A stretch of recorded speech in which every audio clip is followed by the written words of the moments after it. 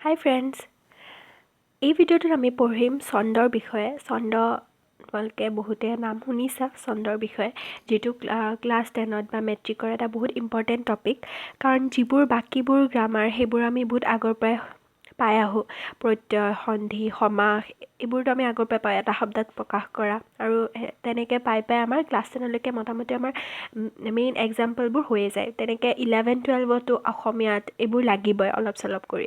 কিন্তু ছন্দটো এনেকুৱা এটা টপিক যিটো ক্লাছ 10ত একদম ফ্ৰেছ এটা নিউ টপিক পাওঁ, আৰু সেইটো পিছতো এনেকৈ নালাগে।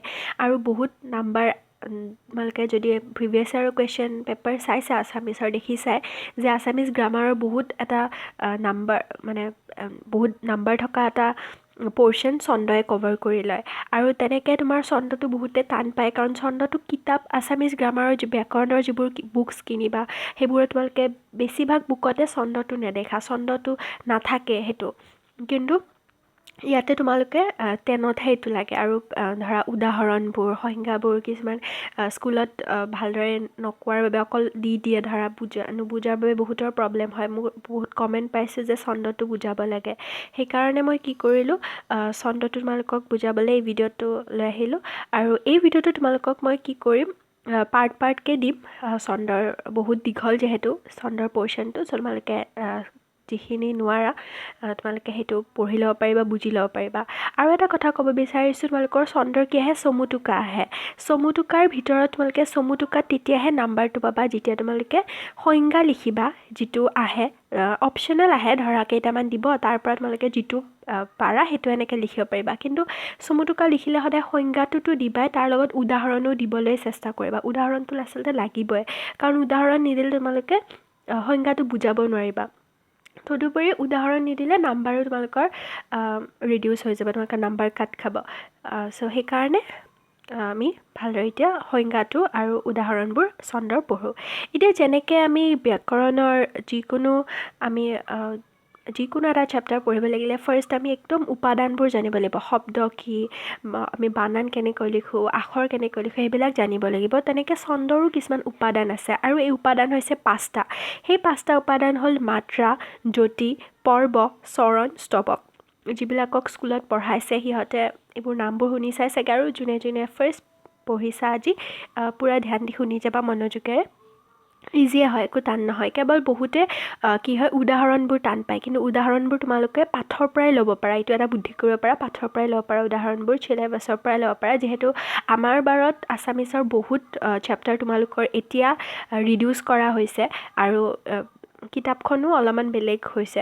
অলপমান কিছুমান চেপ্টাৰ এড কৰিছে বা কিছুমান চেপ্টাৰ নাই এতিয়া, কিন্তু হ'লেও এক্সাম্পলবোৰ এনেকুৱাই দিছোঁ তোমালোকক মই, যিবোৰ বহুত ইজি হয়, আৰু সেইবোৰ পাঠৰ পৰাই লৈছোঁ। গতিকে তোমালোকৰ মুখস্থ কৰাত ইজি হ'ব। চ' আমি আজি এই 5টা টপিক পঢ়িম, 5টা উপাদান পঢ়িম। এই 5টা উপাদান জানিলেহে সংজ্ঞাৰ যিকোনো আমালোকৰ ছন্দৰ যিকোনো সংজ্ঞা তোমালোকে জানিব পাৰিবা, ছন্দৰ যিকোনো ভাগৰ বিষয়ে বহুত ভালদৰে জানিব পাৰিবা।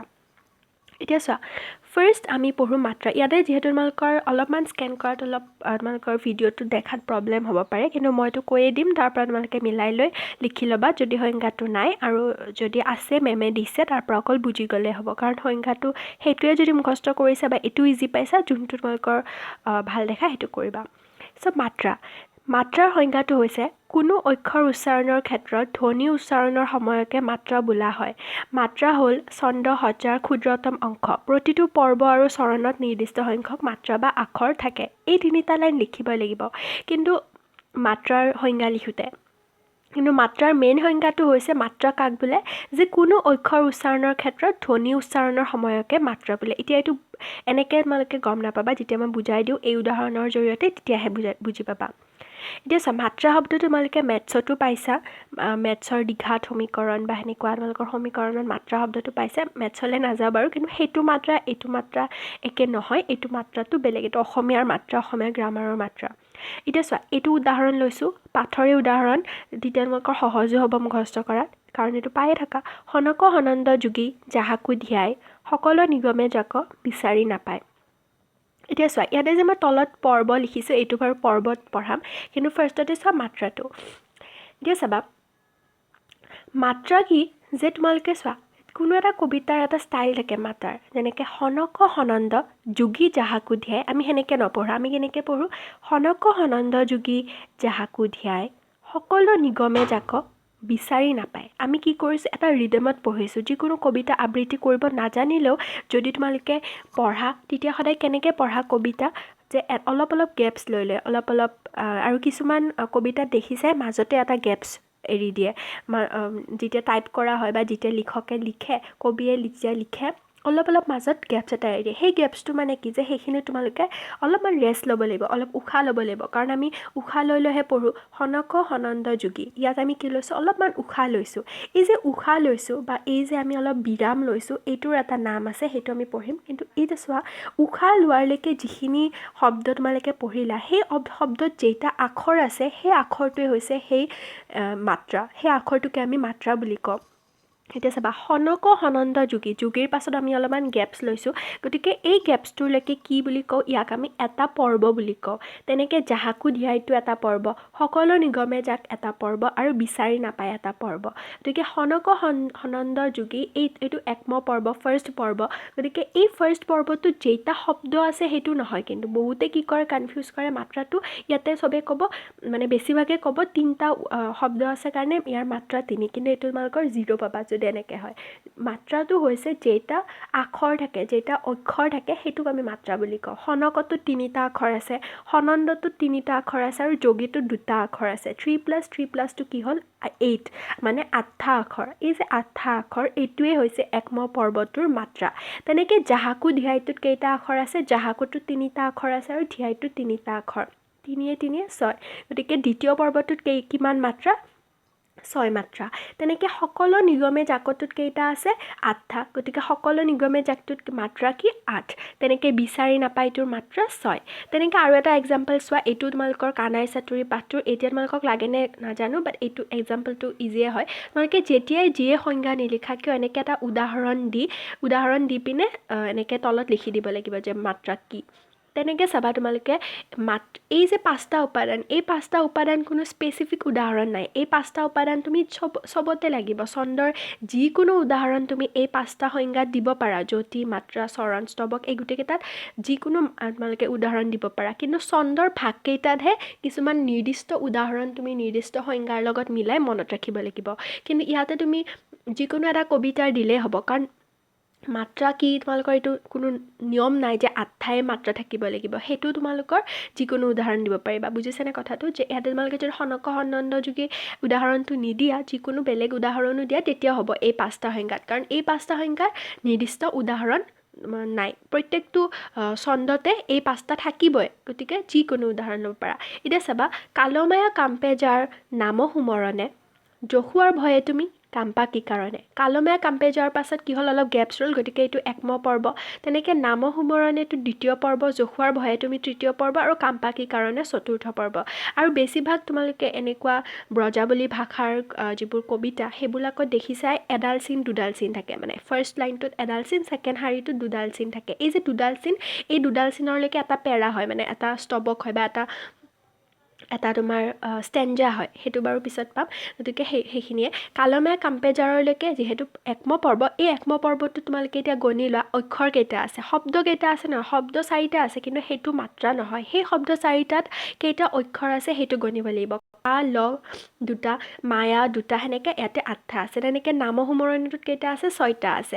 গতিকে চোৱা, এই 2টা উদাহৰণ কি ল'লোঁ মই, এই 2টা উদাহৰণত এনেকুৱা হৈছে যে একম পৰ্ব আৰু 3য় পৰ্বত 8টাকৈ, আৰু 2য় আৰু 4ৰ্থ পৰ্বত 6টাকৈ মাত্ৰা বা আখৰ আছে। গতিকে তোমালোকে যেতিয়া উদাহৰণটো দিবা, এনেকৈ তলত লিখি দিব লাগিব যে কবিতা ফাকীৰ একম আৰু 3য় পৰ্বত 8টাকৈ, আৰু 2য় আৰু 4ৰ্থ পৰ্বত 6টাকৈ মাত্ৰা বা আখৰ আছে।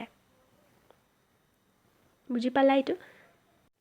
এতিয়া মাত্ৰাৰ যে বাকীখিনি সংজ্ঞা, সেইখিনি তোমালোকক বুজাই দিছোঁ। কোনো অক্ষৰ উচ্চাৰণৰ ক্ষেত্ৰত ধ্বনি উচ্চাৰণৰ সময়কে মাত্ৰা বোলা হয়। অক্ষৰত যিমান ধ্বনি থাকিব, যেনেকৈ সনকটোত কেইটা ধ্বনি আছে, 3টা, স, ন, বাক্য এই যে ধ্বনি সেইকেইটাকে মাত্ৰা বোলে এতিয়া মাত্ৰা হ'ল ছন্দ সজ্জাৰ ক্ষুদ্ৰতম অংশ কিয় কাৰণ আটাইতকৈ আমি একদম ফাৰ্ষ্ট আমি কি ল'ব লাগিব শব্দৰ গঠনটোৱে ল'ব লাগিব যেতিয়া তোমালোকক ছন্দৰ ভাগকেইটা ক'ম তেতিয়া নিজে নিজে গম পাবা যে ছন্দ ধৰা এজন কবিয়ে এটা নিৰ্দিষ্ট ছন্দত কিবা এটা কবিতা লিখিব বিচাৰিছে তেতিয়া তেওঁ ফাৰ্ষ্ট চাব লাগিব তাৰ মাত্ৰা কিমানকৈ লিখিব বিচাৰিছে তেওঁ যদি তেওঁ ফাৰ্ষ্ট পৰ্বত 8টাকৈ দ্বিতীয় পৰ্বত 6টাকৈ এইটো শৃংখলত ছন্দটো লিখিব বিচাৰিছে তেতিয়াহ'লে তেওঁ যিয়ে শব্দ নিলিখক কিয় তেওঁ সদায় কি চাব লাগিব ফাৰ্ষ্ট মাত্ৰা চাব লাগিব সেইকাৰণে কৈছে যে মাত্ৰা হ'ল ছন্দৰ ক্ষুদ্ৰতম অংশ তেনেকৈ প্ৰতিটো পৰ্ব আৰু চৰণত এতিয়া পৰ্ব মানে কি গম পালাই যে য'ত আমি বিৰাম লওঁ তাৰ এটা এটা পৰ্বৰ সৃষ্টি হৈ যায় য'ত আমি ৰেষ্ট লওঁ য'ত উশাহ লওঁ এতিয়া এই পৰ্বটো গম পালা কিন্তু চৰণটো জনা নাই তোমালোকে কিন্তু এতিয়া মাত্ৰাৰ সংজ্ঞাটো জানি থৈ দিয়া যেতিয়া তোমালোকৰ চৰণটো পঢ়াম এইটো ভালকৈ ক্লিয়াৰ হৈ যাব যে প্ৰতিটো পৰ্ব আৰু চৰণত নিৰ্দিষ্ট সংখ্যক মাত্ৰা বা আখৰ থাকে এতিয়া সেইটোতো হয় গম পালা যে নিৰ্দিষ্ট সংখ্যক থাকে ইয়াতে 8টা ইয়াতে 6টা এইটো এটা নিৰ্দিষ্ট নাম্বাৰ সেই নাম্বাৰটোত থাকে তোমালোকে কিছুমান এনেকুৱা নিৰ্দিষ্ট নাম্বাৰ আছে যিবোৰতহে ছন্দ লিখিব পাৰি 9টা 13টা সেইবিলাক নহয় মানে এটা নিৰ্দিষ্ট সংখ্যা আমাৰ সংখ্যাটো আমি অসংখ্য আমাৰ সংখ্যা বহুত আছে অংক বহুত আছে কিন্তু তাৰ নিৰ্দিষ্ট কিছুমান নাম্বাৰতহে আমি ছন্দ লিখিব পাৰোঁ সেইটো আমি গম পাম যেতিয়া আমি ছন্দটো পঢ়িম গতিকে মাত্ৰাটো হৈ গ'ল এইবাৰ আমি আহোঁ জ্যোতি মানে কি এই যে মই কৈছিলোঁ আমি অলপ ৰেষ্ট লওঁ অলপ উশাহ লওঁ এতিয়া জ্যোতি মানে হ'ল বিৰাম যেতিয়া জ্যোতিৰ সংখ্যাটো লিখিবা এনেকৈ আৰম্ভ কৰিবা যে জ্যোতি মানে হ'ল বিৰাম মানে জিৰণি এতিয়া কবিতা বা গদ্যত ব্যৱহৃত একোটা বাক্যৰ অংশ বিশেষত দিয়া বিৰতিকে জ্যোতি বোলে ইয়াৰ এইকেইটাৰ সংজ্ঞাটো বহুতেই সহজ প্ৰত্যেকটোৰে সংজ্ঞাটো বহুত সহজ যে কবিতা বা গদ্যত ব্যৱহৃত একোটা বাক্যৰ অংশ বিশেষত দিয়া বিৰতিকে জ্যোতি বোলে জ্যোতিৰ কাম কি এতিয়া পঢ়াৰ সময়ত য'ত নিশ্বাস ৰৈ যায় তাত জ্যোতি পৰে জ্যোতিয়ে বাক্যৰ অৰ্থ বুজাত সহায় কৰে এতিয়া অৰ্থ বুজাত মানে কি যদি তোমালোকে পূৰা স্পীডত মাতি গ'লা হয় তেতিয়া একো আমি পাঠকে তুমি নিজে বুজি নাপালা হয় কি মাতিছা বা যোনে শুনি আছে তেওঁ বুজি নাপায় গতিকে তোমালোকে অলপ ভালকৈ লাহে লাহে অৰ্থ বুজাত সহায় কৰিব যেতিয়া তোমালোকে লাহে লাহে নিশ্বাস ৰৈ মাতিবা ভালদৰে তাৰপিছত কি ধ্বনিৰ মাধুৰ্য বঢ়ায় ধুনীয়া শুনা হয় তেনেকৈ বাকযন্ত্ৰক সকাহ দিয়ে বাকযন্ত্ৰক মানে কি আমাৰ গলকো সকাহ দিয়ে আমি বাকযন্ত্ৰ মানে জানাই য'ত আমি আমাৰ কথা কোৱাৰ যিটো গলৰ কথা কৈছে তাত আমাৰ সকাহ দিয়ে আৰু জ্যোতি দুবিধ কি অৰ্ধজ্যোতি আৰু পূৰ্ণজ্যোতি এতিয়া উদাহৰণ যেতিয়া তোমালোকে দিবা ধৰা এইটো উদাহৰণে দেখা জানকী হৰিশ কৰি মন ফল মূল যুগুত বিবিধ তৰুবন এতিয়া দেখা জানকীৰ পাছত এডাল স্লেছ দিছোঁ এই যে স্লেছডাল তলত তোমালোকে এনেকৈ লিখি দিব লাগিব যে এই কবিতা ফাঁকিৰ বেকা আঁচ টনা অংশত বেকা আঁচ মানে এনেকৈ স্লেছ ব্ৰেকেটত লিখি দিবা টনা অংশত জ্যোতি পৰিছে যেতিয়াই এটা সংজ্ঞা লিখা তাত এনেকৈ এটা যিকোনো উদাহৰণ দিব পাৰা ইয়াৰ আগৰ উদাহৰণটো ল'ব পাৰিলা হয় সনখনন্দত অলপমান স্লেছ দি তলত লিখি দিব লাগিল হয় তোমালোকে যে এই কবিতা ফাঁকিৰ বেকা আঁচ টনা অংশত জ্যোতি পৰিছে আৰু জ্যোতি দুবিধ অৰ্ধজ্যোতি আৰু পূৰ্ণজ্যোতি এইবাৰ আমি পৰ্ব মানে কি জ্যোতিয়ে বিভক্ত কৰা চৰণৰ সৰু অংশক পৰ্ব বোলে আটাইতকৈ মানে সৰু এইটো ডেফিনেশ্যন এই 5টাৰ ভিতৰত পৰ্বটো বহুত ইজি যে জ্যোতিয়ে বিভক্ত কৰা চৰণৰ সৰু অংশক জ্যোতি মানে কি বিৰাম মানে আমি য'ত বিৰাম লওঁ তাত এটা পৰ্বৰ সৃষ্টি হয় আৰু সেই যে পৰ্বটো মানে পৰ্বৰ সৃষ্টি ক'ৰ পৰা হয় চৰণৰ পৰা হয় এতিয়া চৰণ মানে কি সেইটো বুজিলে আকৌ এইটো ডেফিনেশ্যন মানে প্ৰত্যেকটো কানেক্টেড হৈ আছে সেইকাৰণে যেতিয়া একদম গোটেইখিনিক বুজি পাবা তেতিয়া বেছি ভালকৈ প্ৰত্যেকটো ডেফিনেশ্যন বুজি পাবা কিন্তু এতিয়া কালমায়া কাম্পে যাৰ নামসুমৰণে জখুৱাৰ ভয়ে তুমি কাম্পা কি কাৰণে এইটো এক্সাম্পলত একম পৰ্ব দ্বিতীয় পৰ্ব তৃতীয় পৰ্ব চতুৰ্থ পৰ্ব এনেকৈ আস্তানি তোমালোকে তলত কাঠ পেঞ্চিলেৰে হওক বা এক্সামৰ কপিত বা কলমেৰে লিখি দিবা আৰু লিখি দি পিনে তলত লিখি দিব পাৰা যে ইয়াতে 4টা পৰ্ব আছে একম দ্বিতীয় তৃতীয় আৰু চতুৰ্থ তেনেকৈ এইবাৰ আমি আহোঁ চৰণ মানে কি দুটা নাইবা একাধিক পৰ্বৰ সমষ্টিক পাদ বা চৰণ বোলে এইটো তোমালোকে মনত ৰাখিবা যে চৰণৰ আন এটা নাম হৈছে পাদ বহুত কুৱেশ্যন পেপাৰত চৰণ বুলি নাহি পাদ বুলি আহে বহুতে কনফিউজ হৈ যায় যে পাদটো আমি পোৱা নাছিলোঁ কি হয় এইটো কিন্তু চৰণৰে আন এটা নাম পাদ হয় এতিয়া প্ৰকৃতি জীয়াৰী গাভৰু ছোৱালী এইটো বহাগীয়াৰ বিয়াৰ পৰা লৈছোঁ প্ৰকৃতি জীয়াৰী গাভৰু ছোৱালী বহাগীয়াৰে বিয়া উলহ-মালহে সকলোৰে যেন আনন্দে নধৰে হিয়া ইয়াতে পৰ্বটো লিখি দিছা প্ৰত্যেকটো উদাহৰণে তোমালোকে পৰ্বটো লিখি দিবা একম পৰ্ব দ্বিতীয় পৰ্ব তৃতীয় পৰ্ব চতুৰ্থ পঞ্চম ষষ্ঠ এইটো অলপ দীঘল কাৰণে ইয়াতে 6টা পৰ্বলৈকে গৈছে ব্ৰজাৱলী ভাষা কবিতাবিলাকত বেছি পৰ্ব নাথাকে যিহেতু দুটা শাৰীয়ে থাকে কিন্তু ইয়াতে ছয়টা আমাৰ আছে শাৰী এতিয়া চা স্তবকত এইটো এটা যিহেতু স্তবক এটা ষ্টেঞ্জা এটা পেৰা স্তবকত প্ৰথম দাঢ়িলৈকে আমি ষ্টেঞ্জা বুলি ধৰোঁ কাৰণ প্ৰথম লাইনটোত দেখিছেনে বিয়াৰ পাছত কমা আছে কিন্তু আনন্দে নধৰি ইয়াৰ পাছত দাঢ়ি আছে তেনেকৈ ব্ৰজাৱলী ভাষাত দুটা চিন থাকিলে এটা স্তবক হয় সেইটোতো জানাই এতিয়া স্তবকত প্ৰথম শাৰীৰ 2 পৰ্ব এই স্তবকটোত চব প্ৰথম শাৰীটোত দুটা পৰ্ব আছে শাৰী মানে কি গম পাইছা শাৰী আৰু চৰণ বহুতে কনফিউজ কৰে শাৰী আৰু চৰণ একে নহয় বা লাইন আৰু চৰণ একে নহয় চৰণ মানে অলপ বেলেগ শাৰী মানে হৈছে তোমালোকৰ এইটো যিহেতু এটা ডাইৰেকশ্যনতে আছে এই লাইনটোত দুটা আছে পৰ্ব সেইকাৰণে এইটো কৈছে এটা শাৰী তেনেকৈ এইটো 2 নম্বৰ শাৰী এইটো 3 নম্বৰ শাৰী আৰু এইটো 4 নম্বৰ শাৰী ইয়াতে 4টা শাৰী আছে এতিয়া চব প্ৰথম শাৰীটোত কেইটা পৰ্ব আছে দুটা প্ৰকৃতি জীয়াৰী এটা পৰ্ব আৰু গাভৰু ছোৱালী দ্বিতীয় পৰ্ব তেনেকৈ দ্বিতীয় শাৰীত কেইটা আছে এটা পৰ্ব আছে এটা পৰ্বটো কি বহাগী আৰে বিয়া তেনেকৈ চোৱা ইয়াতে যে লিখিছোঁ স্তবকত প্ৰথম শাৰীৰ 2 পৰ্ব আৰু দ্বিতীয় শাৰীৰ 1 পৰ্ব মিলি এক পাত বা চৰণ আকৌ তৃতীয় শাৰীৰো 2টা পৰ্ব আছে তৃতীয় শাৰীটো কি আছিলে উলহ মালহে আৰু সকলোৰে যেন তেনেকৈ চতুৰ্থ শাৰী আনন্দে নধৰি ইয়াত কেইটা আছে পৰ্ব এটা আৰু এই গোটেইকেইটা মিলি কি হৈছে এটা স্তবক গঠিত হৈছে কিন্তু স্তবকটোত কেইটা চৰণ আছে দুটা চৰণ প্ৰথম চৰণটো কি এই যে কমাৰলৈকে আমি তাক এটা চৰণ বুলি কওঁ মই কৈছোঁ যে লাইন আৰু চৰণ একে নহয় লাইন বা শাৰী মানে হৈছে এইটো এটা লাইন যিটো ফাৰ্ষ্ট লাইন এইটো ছেকেণ্ড লাইন এইটো থাৰ্ড লাইন আৰু এইটো ফ'ৰ্থ লাইন কিন্তু চৰণ হৈছে য'ত তোমালোকৰ কমা এটা আহিব আৰু দাঢ়ি আহিব তেনেকৈ ব্ৰজাৱলী ভাষাৰবিলাকত য'ত এডাল দাঢ়ি আহিব আৰু দুডাল দাঢ়ি আহিব ফাৰ্ষ্ট দাঢ়িডালত এটা চৰণ হ'ব ছেকেণ্ড দাঢ়িডালত 2 নম্বৰ চৰণ হ'ব তেনেকৈ ইয়াতে ফাৰ্ষ্ট কমাটোত এটা চৰণ হ'ব আৰু দাঢ়িটোত দুটা চৰণ হ'ব গতিকে এই কবিতাটোত কেইটা চৰণ আছে দুটা চৰণ আছে আৰু প্ৰথম চৰণটোত কেইটা পৰ্ব আছে 3টা পৰ্ব আছে ফাৰ্ষ্ট তাৰে আকৌ প্ৰথম শাৰীটোত 2টা পৰ্ব আৰু ছেকেণ্ড শাৰীটোত এটা পৰ্ব তেনেকৈ ইয়াৰে থাৰ্ড শাৰীটোত মানে এইটো হৈছে চাবা মই আকৌ এবাৰ কৈ দিছোঁ এইটো হৈছে ফাৰ্ষ্ট চৰণ এইটো হৈছে ছেকেণ্ড চৰণ কিন্তু চৰণৰে শাৰী বেলেগ বেলেগ কিন্তু ফাৰ্ষ্ট চৰণটোত কেইটা শাৰী আছে দুটা শাৰী তেনেকৈ ছেকেণ্ড চৰণটোতো কেইটা শাৰী আছে দুটা শাৰী এতিয়া চোৱা তোমালোকে যেতিয়া লিখিবা এনেকৈ লিখিব লাগিব এই স্তবকটোত প্ৰথম চৰণটোৰ প্ৰথম শাৰীত 2টা পৰ্ব আছে আৰু দ্বিতীয় শাৰীত এটা পৰ্ব আছে তেনেকৈ লিখিব লাগিব যে দ্বিতীয় চৰণটোৰ প্ৰথম শাৰীত 2টা পৰ্ব আৰু ছেকেণ্ড শাৰীত বা দ্বিতীয় শাৰীত এটা পৰ্ব আছে বুজি পালা চৰণ বা শাৰীৰ ডিফাৰেঞ্চটো আৰু চৰণ মানে কি বুজি পালা ইয়াতে কেইটা চৰণ হ'ব দুটা তেনেকৈ তোমালোকৰ এইটোত কালমে কাম্পেজাৰটোত এইটোত কেইটা হ'ব দুটা চৰণে হ'ব কিন্তু এইটো যিহেতু ব্ৰজাৱলী ভাষাৰ ইয়াতে তোমালোকৰ দেখিছা ব্ৰজাৱলী ভাষা বুলি নহয় তোমালোকৰ কিছুমান নৰ্মেল কবিতাটো এনেকুৱা দুটা লাইন নাথাকিব পাৰে কিন্তু প্ৰকৃতি জীয়াৰীটো যদি চোৱা এটা বহুত দীঘল কবিতা ইয়াতে অলপ বেছি লম্বা ষ্টেঞ্জাবোৰ কিন্তু কালমে কাম্পেজাৰটোত চোৱা নামসুমৰণলৈকে এটা শাৰী আৰু জখুৱা ভয় এইটো এটা শাৰী ইয়াতে দুটা শাৰীও আছে আৰু দুটা চৰণো আছে কাৰণ ইয়াতে ফাৰ্ষ্ট শাৰীটোত বা ফাৰ্ষ্ট চৰণটোত 2টা পৰ্ব আছে আৰু ছেকেণ্ড শাৰী বা ছেকেণ্ড চৰণটোত 2টা আছে পৰ্ব কিন্তু তোমালোকে যদি চোৱা যে ইয়াতে চৰণ বা শাৰী মানে একে নহয় কিন্তু ইয়াতে কিন্তু চৰণ আৰু শাৰী একে হৈছে কাৰণ ইয়াতে তোমাৰ এটা লাইনে আছে আৰু এটা চৰণ ফাৰ্ষ্ট চৰণ এইটো এটা দাঢ়ি আৰু ছেকেণ্ড 2টা লাইনৰ চ' চৰণটো অলপ বুজাত তোমালোকৰ সেনেকুৱা হৈছিলে চ' বুজি পালা এতিয়া স্তবকটো চোৱা স্তবকৰ ডেফিনেশ্যনটো অলপমান ক্ৰিটিকেল সেইটো মানে অলপমান বেলেগ বেছি শুৱলা গতিকে এইটো অলপমান তোমালোকে মুখস্থ কৰাত কঠিন হ'ব পাৰে বাট এবাৰ যদি পঢ়িলা হৈ যাব চোৱা ছন্দৰ সুনিৰ্দিষ্ট ৰীতিৰে গঠিত একোটা সম্পূৰ্ণ অৰ্থ প্ৰকাশক চৰণৰ সমষ্টিকে স্তবক বোলা হয় এতিয়া চোৱা এই যে গোটেই ষ্টেঞ্জাটোত এটা অৰ্থ প্ৰকাশ পাইছে আৰু এই ষ্টেঞ্জাটোৰ পৰাইতো আমাৰ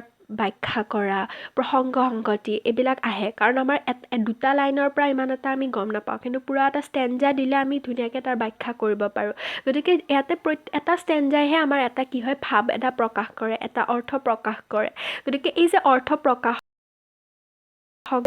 চৰণৰ সমষ্টি বুলি কিয় কৈছে কাৰণ চৰণ লগ হৈ এটা স্তবক হয় মানে সৰুৰ পৰা ডাঙৰলৈ তোমালোকৰ গৈছে ফাৰ্ষ্টতে মাত্ৰা দেন তোমালোকৰ জ্যোতি তাৰ পাছত আহিব তোমালোকৰ পৰ্ব, তাৰ পাছত আহিব চৰণ আৰু তাৰ পাছত স্তৱক। এইবোৰ সৰুৰ পৰা ডাঙৰলৈ এটা হৈ গৈছে, মানে বুজি পাইছা তোমালোকে? মাত্ৰা লগ হৈ কি হয়, তাত পৰ্ব লগ হৈ চৰণ হয়, চৰণ লগ হৈ আকৌ স্তৱক হয়। গতিকে ডেফিনেশ্যনবোৰ সেনেকুৱাই, এটা লগ হৈ এটা সেনেকৈ লিখিব লাগিব। যেনেকৈ চোৱা, স্তৱকটোত আমি কাৰ কথা লিখিম? চৰণৰ কথা লিখিম। চৰণটোত কাৰ কথা লিখিম? পৰ্বৰ কথা লিখিম। পৰ্বটোত কাৰ কথা লিখিম? জ্যোতিৰ কথা লিখিম। আৰু জ্যোতিত কাৰ কথা লিখিম? মাত্ৰাৰ কথা লিখিম। এতিয়া গম পালা তোমালোকে লিংকটো? স্তৱক মানে কি? স্তৱকত চৰণ এটা বা ততোধিক দুই বা ততোধিক চৰণ লগ হৈ কি হয়? এটাতো থাকিব নোৱাৰে, দুই বা ততোধিক চৰণ লগ হৈ এটা স্তৱক হয়। আৰু সি সদায় কি কৰে? এটা অৰ্থ প্ৰকাশ কৰে। ইয়াতে তোমালোকে যিকোনো উদাহৰণ দিব পাৰা, ইয়াৰ আগৰ উদাহৰণটো দিব পাৰা, কিন্তু এইটোও দিব পাৰা যে চিন্তু হেৰা মোৰ মন আল্লাৰ নামত, ভজো হেৰা মোৰ মন গুৰুৰে পাত। কোনটো পাথৰে কবিতা, গম পাইছে কোনটো? তাৰপিছত চোৱা, আৰু এটা দিব পাৰে যে ব্যথা ভৰা জীৱনৰ পুঞ্জীভূত বেদনা বিপুল, নিবেদিছোঁ চৰণত এই মোৰ অন্তৰ আকন। এইটো অলপমান তোমালোকৰ কি হৈছে, স্কেনত ডিফাৰেণ্ট হৈছে, স্কেনত অলপমান ধৰিব পৰা নাই, গতিকে এইটো উদাহৰণ তোমালোকে দিব নালাগে। ইয়াৰ আগৰটোৱে দিবা, চিন্তু হেৰা মোৰ মন, নাইবা বেলেগ যিকোনো উদাহৰণ দিব পাৰা। গতিকে এইখিনিলৈকে তোমালোকৰ ক্লিয়াৰ হ'ল যে কি হৈছে, কি সংজ্ঞা ক'ত গৈছে। কিন্তু এতিয়া চোৱা, স্তৱকটোতো আৰু এটা লাইন লাষ্টত লিখি দিব লাগিব। সেই লাইনটো কি? যেনেকৈ চোৱা, ইয়াত দুটা চৰণ, এই যে কবিতাটোত চিন্তু হেৰাত ইয়াতে কেইটা চৰণ আছে? দুটা। এনেকৈ লিখি দিব লাগিব। যেতিয়া স্তৱকৰ সোধে, উদাহৰণ দি পিনে লিখি দিব লাগিব যে ইয়াত দুটা চৰণ মিলি এটা স্তৱক হৈছে। তেতিয়াহে গম পাব যে তোমালোকে বুজি পাইছে বা তোমালোকে সংজ্ঞাটোৰ লগত মিলাই উদাহৰণটো দিছা। চ' এনেকৈ লিখিব দিব যে ব্যথা ভৰা বেদনা বিপুল এটি চৰণ, তেনেকৈ নিবেদিছোঁ অন্তৰ আকুল আন এটি চৰণ। এইটো লিখিব নাইবা চিন্তু হেৰা মোৰ মন আল্লাৰ নামত এটা চৰণ, আৰু তেনেকৈ ভজো হেৰা মোৰ মন গুৰুৰে পাৱত এটা চৰণ। এনেকৈ দুই চৰণ মিলি এটা স্তৱক গঠিত হৈছে। চ' এইখিনি আছিলে। তাৰপাছত আমি ভিডিঅ'ত চন্দ্ৰৰ কথা পঢ়িম, চন্দ্ৰ কাক বোলে। এতিয়া চন্দ্ৰ কাক বোলে কিয় ফাৰ্ষ্টতে কোৱা নাই? কাৰণ চন্দ্ৰ কাক বোলে মই কৈছে ফাৰ্ষ্টতে চন্দ্ৰৰ উপাদানবিলাক জানিব লাগিব। এই 5টা উপাদান, এই 5টা উপাদানৰ পাছতহে তোমালোকে গোটেইখিনি বস্তু এতিয়া ধুনীয়াকৈ বুজি পাবা।